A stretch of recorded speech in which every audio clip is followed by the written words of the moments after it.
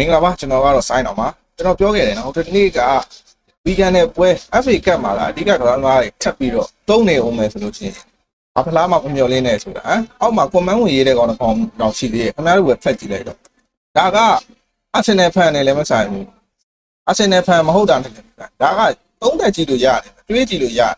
အာဆင်နယ်အသင်းဒီကျွန်တော်တို့ယာစီကုန်ကန်နေကြရင်ဘာလို့အဓိကပြဿနာတွေဘာလို့ခုလိုနှစ်တိုင်းခဏဖြစ်နေတာ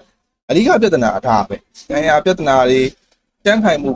ပိုင်းနဲ့ဆိုင်တဲ့ပြဿနာတွေကြောင့်မလို့တစ်နှစ်လည်းမဟုတ်နှစ်နှစ်လည်းမဟုတ်ဒီချန်ပီယံလူနဲ့လွဲတာ။အဲ့တော့ရှိသမျှဖလားအကုန်လိုချင်နေလို့မရဘူး။အခုဆိုလို့ရှိရင်ကျွန်တော်တို့ဘူကာအိုဆာကာရဲ့ချောဆက်ရဲ့သင်္ကြန်တွေနဲ့ပတ်သက်ပြီးတော့ကလပ်ဘက်ကဘာမှထုတ်ပြန်တာတော့မတွေ့သေးဘူး။ဘာဖြစ်မလဲလဲသေချာမသိနိုင်သေးဘူး။ကျွန်တော်ပြောချင်တဲ့သဘောကအဲ့လိုဗျာ။ဗီဂန်ဟိုဖိုးစီနဲ့နိုင်တဲ့ဘက်မှာဘူကာအိုဆာကာကိုကွင်းလယ်မှာထည့်ဆော့။ပျော်နေကြတာဆာကာကွင်းလယ်မှာဘာဖြစ်တယ်ညာဖြစ်တယ်။အဲ့ဒါပြောရမယ့်ကိစ္စမဟုတ်ဘူးခင်ဗျားတို့စိတ်ပူရမယ့်ကိစ္စအခုဟုတ်လားပြန်စပြီးနိုင်ငံပြဿနာကြီးอ่ะပိုးစီနဲ့နိုင်နေတဲ့အချိန်ဒုတိယပိုင်း process ကိုထည့်ဆော်နေတယ်ထည့်စရာလူတစ်လောက်ရှားလာတယ်ဝီကန်လိုအတင်းကိုပိုးစီနဲ့နိုင်နေတယ်တော်ပြီလေဟုတ်တယ်မလားကိစ္စ process ကိုထပ်ပြီးတော့ထည့်နေအခုဒီနေ့ပွဲ process နဲ့စာကကဲစလာပြီး interview အဓိကပြဿနာကကိုအတင်းရဲ့ခင်ဗျားသမားတွေကယာဒီကုန်ခံနေလို့ဆိုရင်ဘယ်ဟာပြဿနာတွေကခဏနှိပ်စက်တယ်ဘာလို့မှမသိဘူးအဲ့လိုနဲ့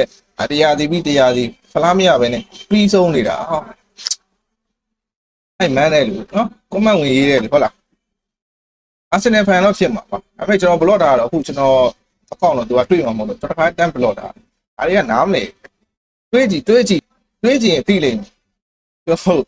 ရှိသမျှဖလားတော့အကုန်လိုချင်လို့မရဘူးတာဂက်ကထားမှရတော့မှအခုချိန်မှာကျွန်တော်ပြပရီးမီးယားလိဆိုပရီးမီးယားလိကိုအာရုံစိုက်လိုက်ပရီးမီးယားလိနဲ့ချန်ပီယံလိဒါမှမဟုတ်နှလုံးယူလိုက်မယ်ကြာခဲ့အခုကာရာဘောင်းဖိုင်နယ်ရောက်နေကာရာဘောင်းကျိုးသားလိုက်ပရီးမီးယားလိကျိုးသားလိုက်ဟုတ်လားအဲ့လိုမျိုးတာဂက်ကအပြတ်သွားရမှာဗျာပေါ့ပေါ့လား